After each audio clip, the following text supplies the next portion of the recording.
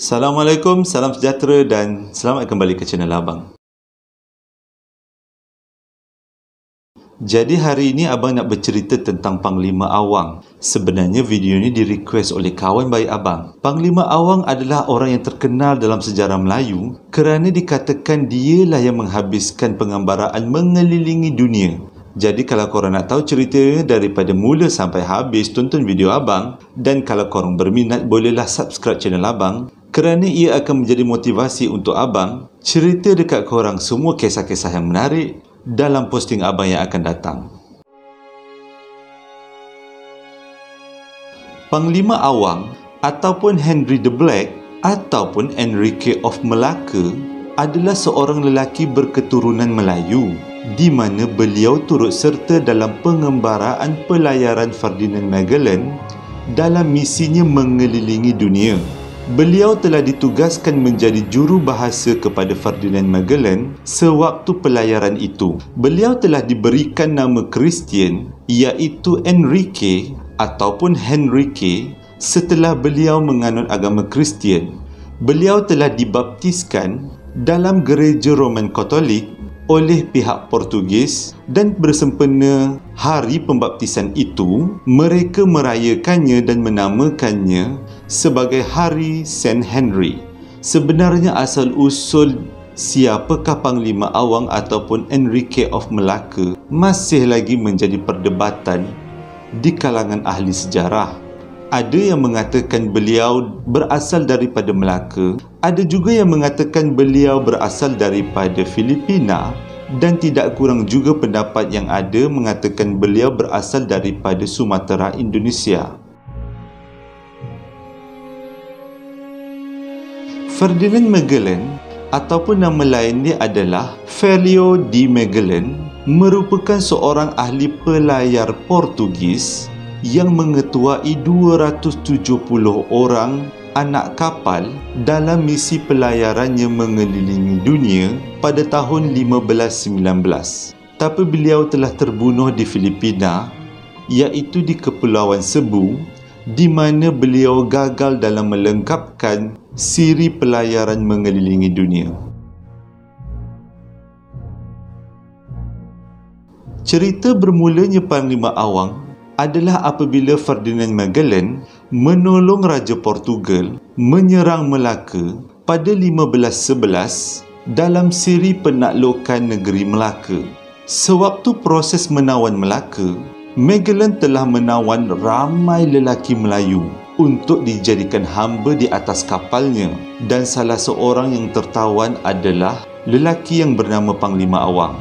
Panglima Awang sebenarnya adalah hamba kepada Sultan Mahmud, iaitu Sultan terakhir negeri Melaka sewaktu serangan Portugis ke atas Melaka.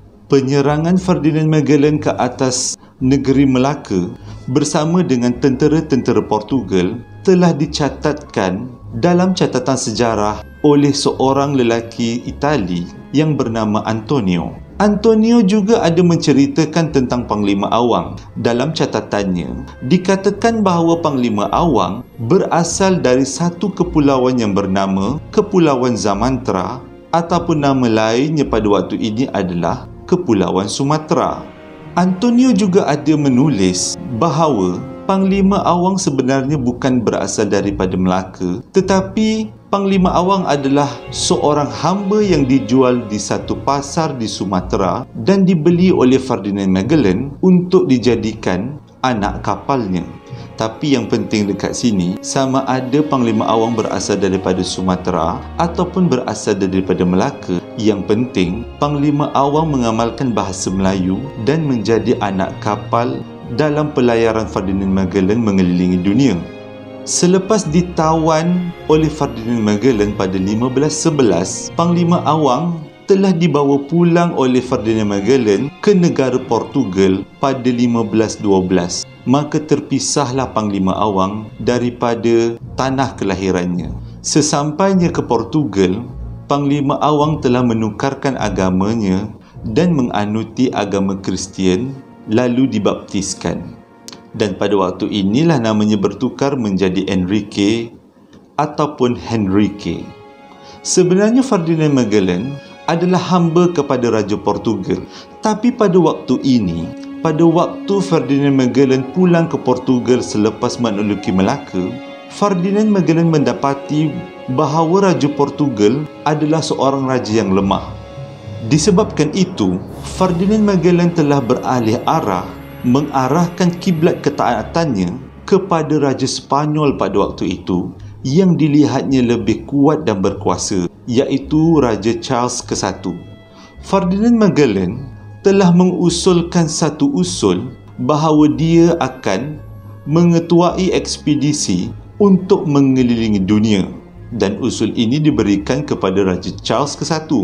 Raja Charles bersetuju untuk membiayai perjalanan Ferdinand Magellan mengelilingi dunia kerana baginda mendapati ekspedisi mengelilingi dunia ini akan menguntungkan pihak Sepanyol kerana antara laluan yang akan dilalui oleh Ferdinand Magellan adalah Kepulauan Rempah di kawasan Asia. Dengan itu, Raja Charles ke-1 telah memberikan beberapa buah kapal yang besar bagi tujuan pelayaran ini, disertakan dengan 270 orang anak kapal untuk membantu Ferdinand Magellan mencapai misinya mengelilingi dunia.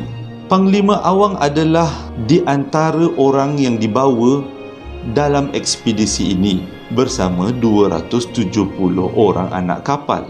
Maka pada 20 September 1519, ekspedisi pelayaran mengelilingi dunia yang diketuai oleh Ferdinand Magellan telah berlepas daripada pelabuhan San Luca dari negara Sepanyol. Mereka berlayar menyeberangi lautan Antartika, kemudian tiba ke benua Amerika Latin dan menyeberangi lautan Pasifik. Akhirnya, pada 16 Mac 1521, selepas 18 bulan berlayar, mereka telah sampai di satu lokasi di negara Filipina yang dikenali sebagai Samar. Tapi didapati kawasan ini masih jauh daripada Kepulauan Rempah yang ada di Nusantara. Pada waktu inilah Panglima Awang ataupun nama lainnya adalah Enrique diberikan tugas yang sangat besar.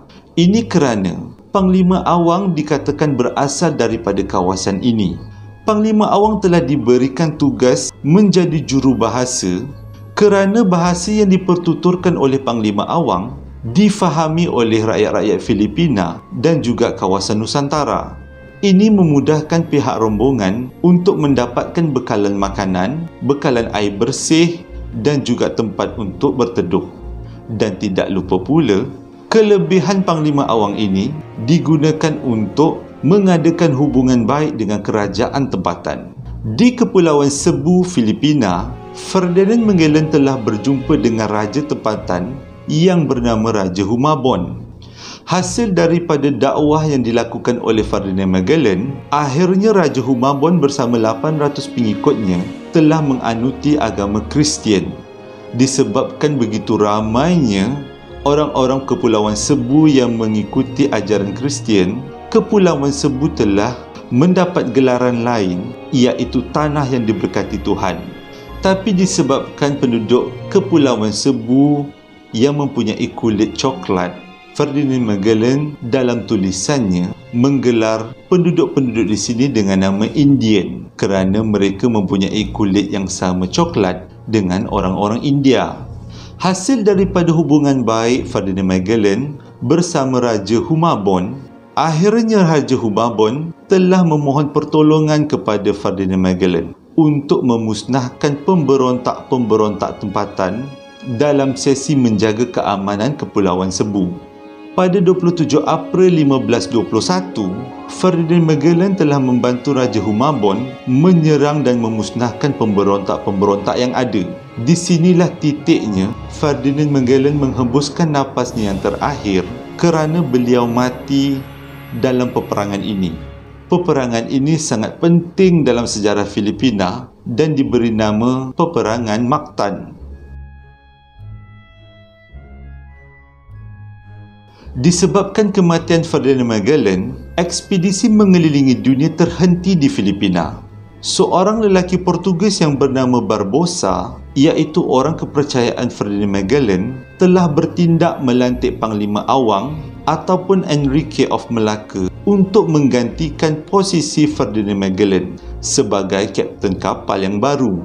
Dengan kebolehan bertutur yang dikuasai oleh Enrique ataupun Panglima Awang telah menjalankan rundingan baik bersama Raja Humabon, memohon Raja Humabon untuk memberikan sumbangan yang berbentuk permata dan juga barang-barang berharga dalam membantu meneruskan ekspedisi pelayaran mengelilingi dunia. Dan akhirnya, Panglima Awang ataupun Enrique bersama anak-anak kapalnya dikatakan telah berjaya mengelilingi dunia dan dicatatkan dalam sejarah negara Sepanyol. Mengikut catatan yang telah ditulis oleh Antonio, seorang penulis Itali tadi, kapal yang diketuai oleh Enrique telah tiba di Sepanyol pada 9 Jun 1522. Tapi malangnya, 18 orang yang selamat tiba di Sepanyol, tidak ada satu pun tercatat nama Enrique ataupun Panglima Awang. Dikatakan orang yang mengetuai ekspedisi ini bukan lagi Enrique of Malacca, tetapi telah ditukar tangan kepada seorang kapten kapal yang bernama Juan Sebastian Elcano.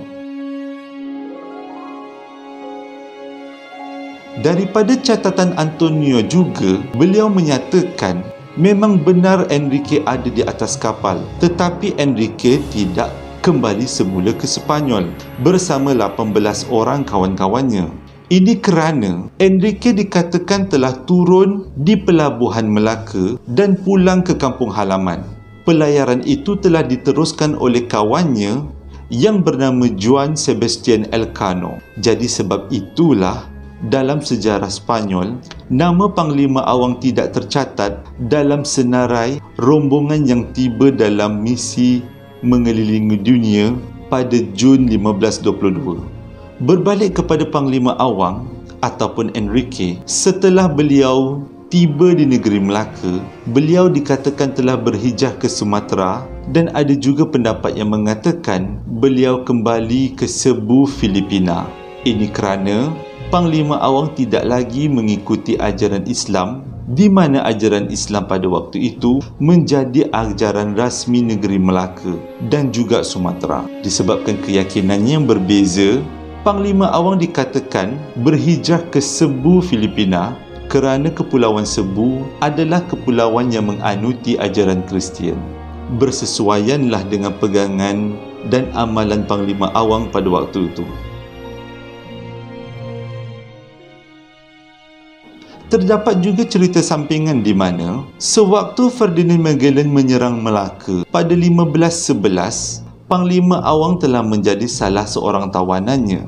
Tetapi Panglima Awang dikatakan bukanlah orang Melaka.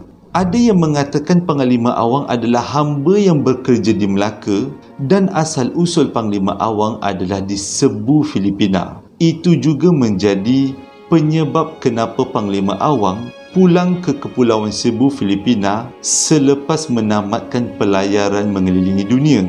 Terdapat beberapa kajian yang mengatakan bahasa yang diamalkan Panglima Awang adalah bahasa Bisayan, iaitu bahasa ibunda Kepulauan Cebu. Ini menguatkan lagi dakwaan bahawa Panglima Awang bukanlah orang Melaka, tetapi orang yang datang ke Melaka dari Kepulauan Cebu. Mengikut beberapa kajian juga, walaupun Panglima Awang mengamalkan bahasa Bisayan, tetapi Panglima Awang boleh berbahasa Melayu. Dan disebabkan itulah, Panglima Awang diberikan tugas menjadi jurubahasa sewaktu pelayaran bersama Ferdinand Magellan. Demikianlah cerita Panglima Awang ataupun Enrique of Malacca yang sehingga saat ini menjadi cerita yang sangat kontroversi. Abang harap ini akan menjadi maklumat tambahan kepada kita semua tentang cerita Panglima Awang ataupun Enrique of Malacca. Hingga berjumpa lagi dalam posting abang yang akan datang. Assalamualaikum warahmatullahi wabarakatuh.